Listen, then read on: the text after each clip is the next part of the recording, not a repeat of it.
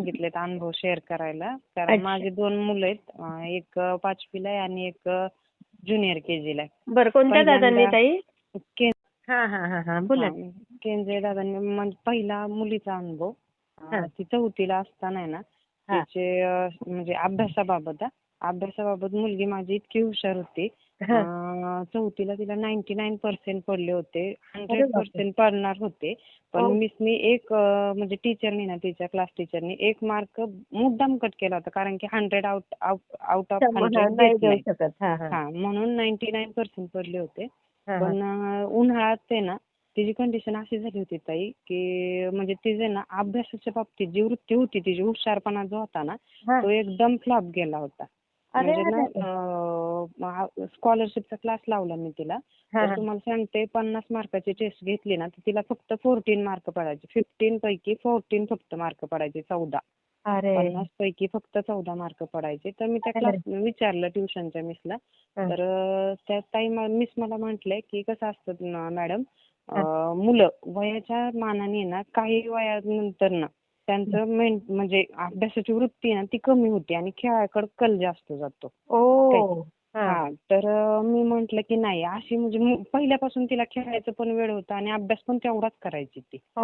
तर मग म्हंटल की मी भरपूर विचार केला. पूर्ण उन्हाळा गेला. 5वीचं वर्ष सुरू झालं. तर मला आमच्या शेजारी स्वामी सेवक आहेत ताई. त्या ताई इतक्या स्वभावाला चांगल्यात ना, म्हणजे मी स्वामी सेवत आले ना फक्त त्यांच्यामुळं. तर त्या ताईंनी मला केंद्रे दादांचा नंबर दिला. मला म्हटलं की घरगुती प्रॉब्लेम साठी दादांचा नंबर दिला होता. ते प्रॉब्लेम दादांना सांगितले, ती सेवा दिली दादांनी. आणि नंतर ना मी आपला असंच विचार केला, स्वामींना प्रश्न केला की म्हटलं स्वामी, माझ्या मुलीच्या अभ्यासाबाबत म्हणजे तिचं पुढचं भवितव्य कसं आहे. तर माझ्या अचानक डोक्यात असं म्हणजे प्रकाश पडल्यावानी झालं की बाबा मी केंद्रे दादांना फोन केल्यानंतर मला काहीतरी स्वामी सेवा मिळेल. तर मी आपल्या दादांना फक्त मेसेज केला की दादा, माझी मुलगी 5वीला आहे, तिला असा असा प्रॉब्लेम झालाय म्हणून. तर ताई दादांनी 10 वाजले तरी सुद्धा मेसेज बघितला नाही, 11 वाजले तरी सुद्धा मेसेज बघितला नाही. शेवटी मी झोपायची वेळ झाली. मी स्वामींना हात जोडले. म्हटलं स्वामी, माझी मुलगी आता इथून पुढे फ्लॉपच जाणार आहे का? तिचं भवितव्य म्हणजे झिरोच होणार आहे का? कारण की जर तिचा रिझल्ट असा लागत असेल तर तिचं 99% तर राहिलेच, तिला 50% पण पडणार नाही. तर ताई तुम्हाला सांगते, मी मोबाईलचं नेट बंद करून झोपले. दादांनी रात्री 1:30 वाजता मला मुलीसाठी सेवा दिली. रात्री 1:30 वाजता. आणि सकाळी मी उठल्यानंतर ना स्वामींच्या पाया म्हणजे रोज सवय झाली ना नमस्कार करायचा, आणि मोबाईलचं नेट चालू केलं. तर तुम्हाला सांगते ताई, इतका आनंद झाला ना, म्हणजे पाय गळाले. मी खाली बसले. 1:30 वाजताचं टायमिंग बघून दादांनी मला एवढ्या रात्री 1:30 वाजता सेवा दिली मला.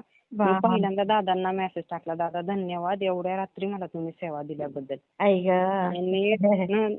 आणि आत्ताचा अनुभव, मुलाला कांजण्या झाल्या ताई. तुम्हाला कांजण्यांचं माहितीच असेल किती आजार असतो. म्हणजे ताप किती भयंकर येतो, डोळ्यावाटे, तोंडातून, संडास वाटे. तर तुम्हाला सांगते, दुसरा दिवस होता. मुलाला इतका भयंकर ताप होता. दवाखान्यातून आम्ही त्याला आणलं होतं, पण औषध गोळ्यांचा त्याला कसलाच इफेक्ट नव्हता. तर मी स्वामींना सकाळी नमस्कार केला. मुलगा आहे ना ताई, असा डोळे लाल करून आजीच्या मांडीवर गप्प पडला होता ना. त्याला काय खायचं दादा, काय खायचं दादा, काहीच बोलत नव्हता. काही खात पण नव्हता, पित पण नव्हता. त्याला जातच नव्हतं तोंडातून. इतके तोंडात त्याच्या चट्टे आले होते. तर तुम्हाला सांगते 10 वाजले. पाहुणे आले होते थोडे, म्हणजे स्वामींनी पण भरपूर परीक्षा घेतली त्यावेळेस माझी. ते पाहुणे गेल्यानंतर ना मी दादांना फोन लावला. पहिल्यांदा दादांनी फोन उचलला, पण साईटला ठेवल्यासारखं दादांनी त्यांचं काम केलं पहिल्यांदा आणि कट केला फोन. परत लावला तर फोन बिझी. 2दा लावला, फोन बिझी. तर मी फोन साईटला ठेवला आणि किचन मध्ये गेले. तर म्हटलं स्वामींना हात जोडला. म्हटलं स्वामी, माझं बाळ बरं होणार नाही का? इतकं म्हणजे ताई 10 वाजेपर्यंत ना त्याचं 4 वेळा जेवण होतं, 4 वेळा. अरे बापरे! हा, सकाळचं. आणि आजारी होता ना तर त्याने फक्त एक अर्धा ग्लास दूध पिला होता फक्त आई त्या गं! दिवशी. हां. तर आई म्हणून आहे ना मला असं इतकं रडायला आलं ना ताई. बरोबर आहे मी ना. स्वामींना म्हटलं, स्वामी माझं बाळ बरं होणार नाही का? असंच म्हणजे आजारीच राहणार आहे का? त्याला खाऊ पी जाणारच नाही का? हां. सलाईन लावायची वेळ येईन का त्याला? म्हणून हां. मला इतकं रडायला येत होतं ताई. शेवटी आहे ना मिस्टर आले. मिस्टरांनी त्या ह्याचं गळ्यात पडून इतकी रडले. म्हटलं स्वामींनी ना त्याचा त्रास मला द्यावा. आई पण गं!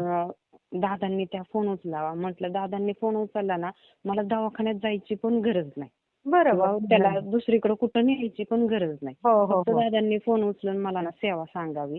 हां. तुम्हाला सांगते ताई, मिस्टर मला म्हटले की लाव फोन आता दादांना, तू फोन लाव. त्यांनी फोन हातात दिला मला आणि मला म्हटले आता बिनधास्त फोन लाव. स्वामींनी त्यांना आज्ञा दिली, दादा तुझा फोन उचलणार.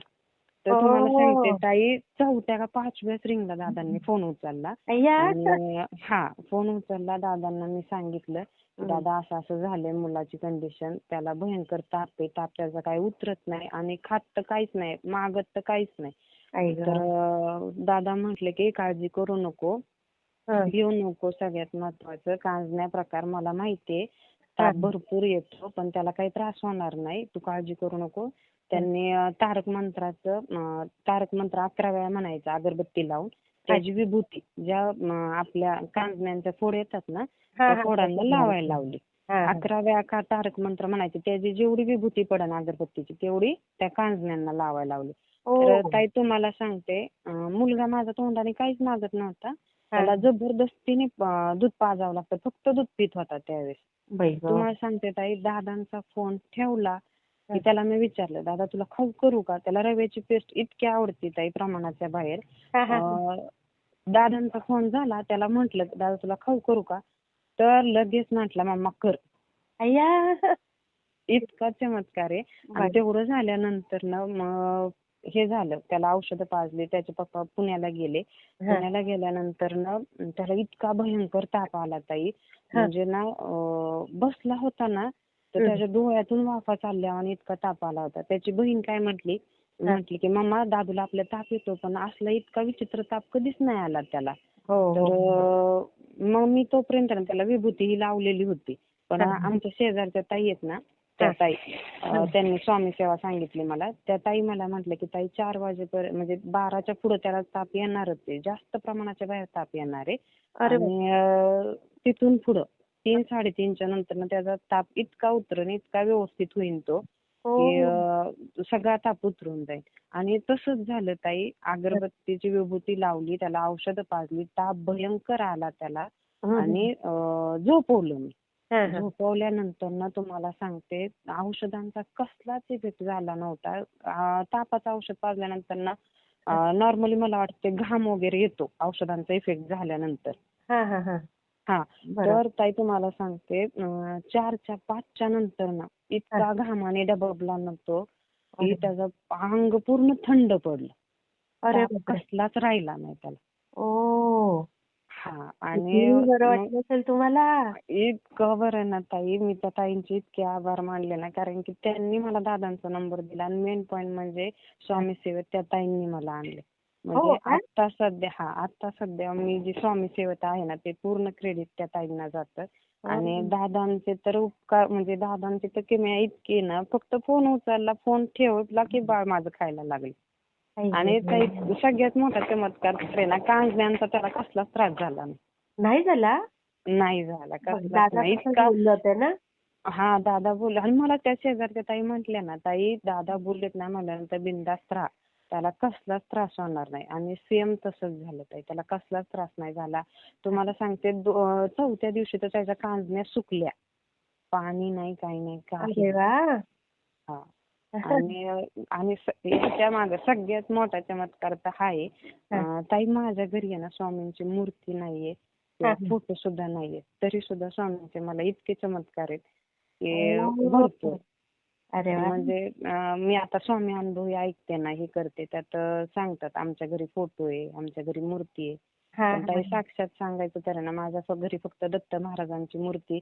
मी दत्त महाराजांमध्ये स्वामी समर्थांना बघते आणि आपले स्वामी चरित्र सारामृत आणि गुरुचरित्र पारायण त्या पुस्तकांच्या फ्रंटवर जे फोटो आहेत का हा, तेवढेच हा. फोटो माझ्या घरी आहेत.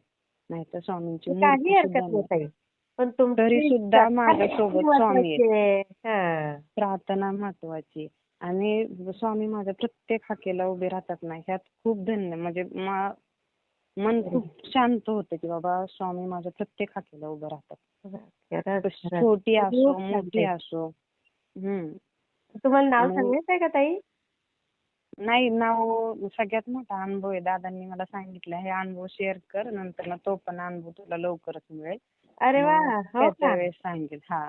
अच्छा अच्छा अच्छा. म्हणून मग नंतर सांगेल. पण ताई असे मला दादांनी दुपारीच सांगितले तुम्हाला अनुभव शेअर करायला आणि हो का? बायका किती दिवस फोन लावतात त्यांचा फोन लागत लागत नाही. नाही.